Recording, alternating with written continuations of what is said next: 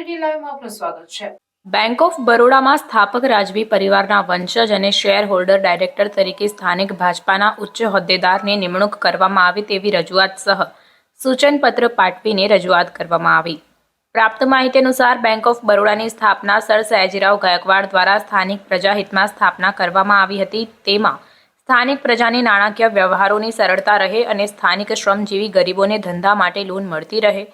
ધંધા ઉદ્યોગોને સ્થાનિક સ્તરે પ્રોત્સાહન મળે તેમજ સ્થાનિક યુવાઓને પોતાની વડોદરાની બેંકમાં નોકરી મળે તેવા ઉદ્દેશથી બેંક ઓફ બરોડાની સ્થાપના કરી અને સ્થાનિક મેનેજમેન્ટ, અધિકારીઓ અને કર્મચારીઓની કાર્યશૈલી અને કુશળતાથી બેંક ઓફ બરોડાએ ઇન્ટરનેશનલ બેંકનું દુનિયામાં બિરુદ પ્રાપ્ત કર્યું છે। તેમાં પણ છેલ્લા 20 વર્ષમાં બેંક ઓફ બરોડામાં સ્થાનિક ડાયરેક્ટર તરીકે મૌલીનભાઈ વૈષ્ણવ, મનેશભાઈ મહેતા અને ભરતભાઈ ડાંગર માજી ભાજપા શહેર પ્રમુખ જેવા સ્થાનિક ડાયરેક્ટર તરીકે કાર્યરત હતા। તેથી માનનીય વડાપ્રધાન નરેન્દ્રભાઈ મોદીને રજૂઆત સહ સૂચન કરવામાં આવ્યું કે બેંક ઓફ બરોડામાં અત્યારે એક ડાયરેક્ટરની ચૂંટણી થવા જઈ રહી છે, ત્યારે વિનંતી કરાઈ છે કે બેંક ઓફ બરોડાના સ્થાપક સર સયાજીરાવ ગાયકવાડજીના પરિવારમાંથી કોઈ એક વંશજની સીધી નિમણૂકમાં ડાયરેક્ટર તરીકે નીમવામાં આવે અને શેર હોલ્ડર વતી એક ડાયરેક્ટરની ચૂંટણીમાં સ્થાનિક વડોદરાના ભાજપાના સ્થાનિક ઉચ્ચ હોદ્દેદારને ચૂંટણી લડાવી વડોદરાના સ્થાનિક ડાયરેક્ટર તરીકે નિમણૂક કરવામાં આવે, જેથી સ્થાનિક વડોદરાની પ્રજા અને કાર્યકરને બેન્કિંગ સુવિધાઓનો લાભ મળે તેવી રજૂઆત કરવામાં આવી। એક વડોદરા શહેરના મહારાજા શ્રી સર સયાજીરાવ ગાયકવાડ એમણે જે બેંક ઓફ બરોડાની સ્થાપના કરી હતી,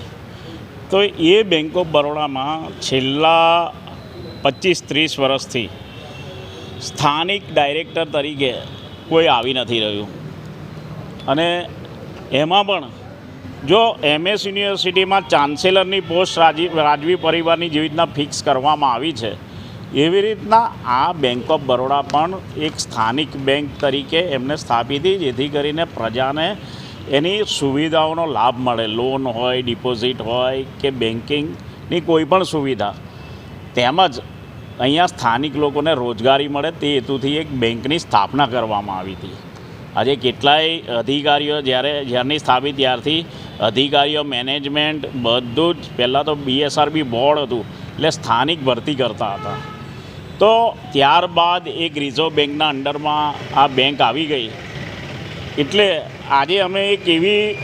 માનનીય વડાપ્રધાન શ્રી નરેન્દ્રભાઈ મોદીજીને એક સૂચન કરવા આવ્યા છે અને રજૂઆત કરવા આવ્યા છે કે જેવી રીતના MS યુનિવર્સિટીમાં ચાન્સેલરની જગ્યા રાજવી પરિવારના કોઈ પણ વંશજને આપવામાં આવે છે, તેવી રીતના બેંક ઓફ બરોડામાં પણ એક ડાયરેક્ટર રાજવી પરિવારના હોવા જોઈએ ફિક્સ, એની કોઈ ચૂંટણી ના થાય। તેમજ હમણાં તમે જોયું છે છેલ્લા 20 વર્ષમાં કોંગ્રેસની સરકારમાં પણ વડોદરાના 2 ડાયરેક્ટર મૌલીનભાઈ અને મનેશભાઈ મહેતા એ 2 હતા। ત્યારબાદ ભરતભાઈ ડાંગર જે શહેર પ્રમુખ હતા એ પણ 2 ટર્મ ડાયરેક્ટર શ્રી તરીકે શેર હોલ્ડર ડાયરેક્ટર તરીકે ચૂંટાયા હતા। એટલે હમણાં હવે આમાં થોડાક જ સમયમાં એક ડાયરેક્ટરની ચૂંટણી છે, તો અમે એવી એક રજૂઆત કરવા આવ્યા છે કે એક શેર હોલ્ડરની ડાયરેક્ટરની ચૂંટણીમાં પણ લોકલ સ્થાનિક વડોદરાના સ્થાનિક ભાજપના કોઈ પણ ઉચ્ચ હોદ્દેદારને